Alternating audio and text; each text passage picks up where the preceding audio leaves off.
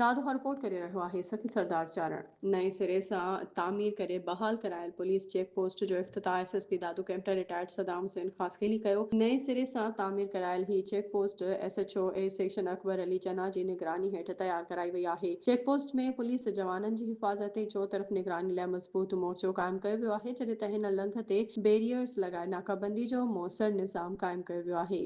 Check post ते बरिजिस्ट police एहलकारनि ते मुश्तमिल नफ़री मुक़रर कई वई आहे, जेका 24 कलाक ड्यूटी सरअंजाम ॾींदी। वाज़े रहे त मच्छी मोरी पॉइंट दादू कैनाल वटि वाक़िए हिकु इंतहाई अहम दाख़िली रस्तो आहे, जेको कच्चे जे सवे ॻोठनि खे दादू शहर सां मिलाए थो। माज़ी में शिकायतूं साम्हूं आयूं हुयूं त ॾोहारी शहर अंदरि वारदातूं करे हिन रस्ते ज़रिए कच्चे तरफ़ फरार थी वेंदा हुआ। इन सूरतहाल खे नज़र में रखंदे SSP Dadu captain retired Saddam Hussain ख़ासकेली पारां अहम क़दम खणंदे चेक पोस्ट खे अपग्रेड करे वधीक मौसर बणायो वियो आहे। उन मौक़े ते SSP Dadu captain retired Saddam Hussain ख़ासकेली चयो त मच्छी मोरी चेक पोस्ट जे मौसर बहाली ऐं मुस्तक़िल निगरानी सां इलाइक़े में अमनो अमान जी सूरतहाल में वाज़े बहितरी ईंदी ऐं ॾोहारियुनि जी चुरपुर ते पिणु सख़्त नज़र रखी वेंदी। इफ़्तिताही तक़रीब में SHO A section Akbar Ali Chana, SHO B section Liaquat Ali Sarki समेत ॿिया पुलिस ऑफिसर, इलाइक़े जा मुअज़्ज़िज़ीन ऐं मीडिया नुमाइंदा पिणु मौजूद हुआ।